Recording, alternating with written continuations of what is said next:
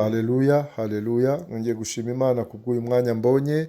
Tugiye kuganira nanone ku ijambo ry'Imana, muri kumwe na Pastor Dr. Gakwaya Emmanuel. Ijambo turarisanga mu Baheburayo igice cya 12, murongo wa 14. Navuga ngo mugire umwete wo kubana n'abantu bose amahoro n'ukwezwa, kuko utejejwe atazareba umwami Imana. Amen.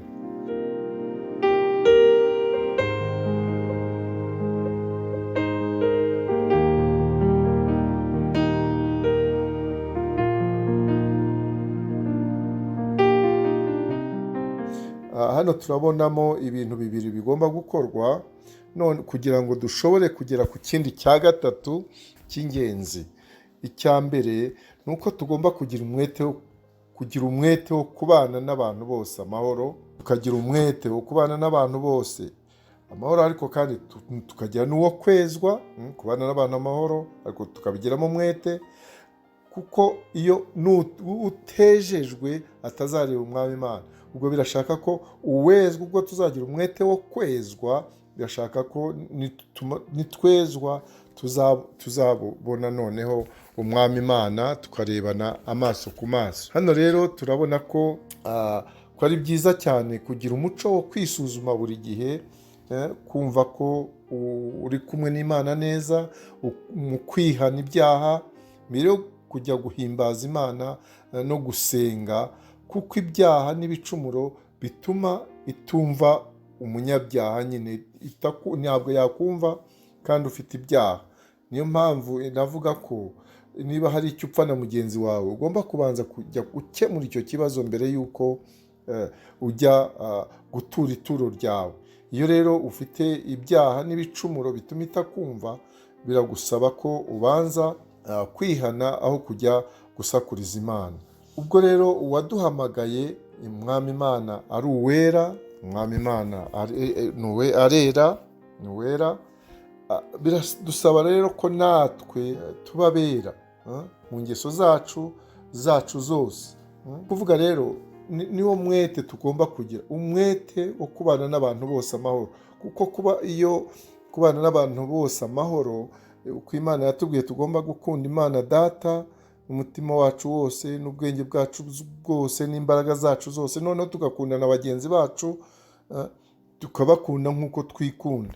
Niryo tegeko rya kabiri. Ni ukuvuga rero tugomba kubana n'abantu bose uko tubishoboye, mbese tutabenderanyaho, tutanduranya, kugira ngo dushobore kubana nabo amahoro. Abafite rero umutima uboneye, bejejwe kandi babana n'abandi amahoro, abo nibo bazasabana n'Uwiteka, nibo Uwiteka yishimira. Ni byiza rero ko gutekereza, tukagira umutima udafite ibisari, udafite ibyo wishinja, tukagira umutima, ibintu dufite mu mutima bidafite umumaro tukabivanamo, kuko mu mutima wacu niho ibyinshi bikorerwa. Tugomba rero ko ibidafite umumaro tutagomba kubishyira mu mutima wacu, bigomba kuvamo, ahubwo tugakunda bagenzi bacu. Ibyo bizatuma turushaho gusa na Kristo. Haleluya.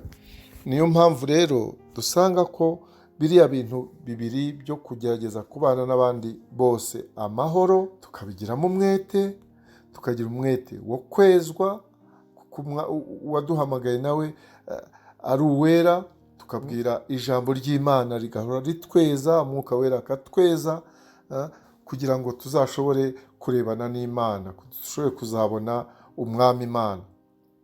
Umwami Imana rero abagirire neza, kugira ngo mu gihe dutegereje kugaruka kwe, kugira ngo dushobore kuzabana n'umwami, ashobore kuzatujyana, kuko biradusaba kugira umwete. Ntabwo ari ukugira ubunebwe, tugomba kubishyiramo umwete kugira ngo dushobore kubana n'abantu bose amahoro. Kandi abo mubana neza, iyo ushobora kubashyikira, niyo ushobora kubabwira ijambo ry'Imana, ukababwiriza uko bashobora, Umwuka Wera wababwiriza ijambo ry'Imana, Umwuka Wera akaza kubasubiriramo, akabatsinda, nabo bakakira umwami Yesu nk'umwami n'umukiza.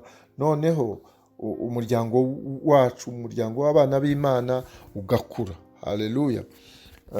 Reka rero dukomeze dusenge Imana kandi twinginge umwuka wera, kandi dusome ijambo ry'Imana kugira ngo rishobore gukomeza kutweza, kandi dushobore kubana n'abantu amahoro, kugira ngo tuzashobore kuzarebana n'Umwami Imana mu gihe kizaza. Uwiteka abaha amahoro, abagirire neza mu izina rya Yesu. Amen, amen, amen.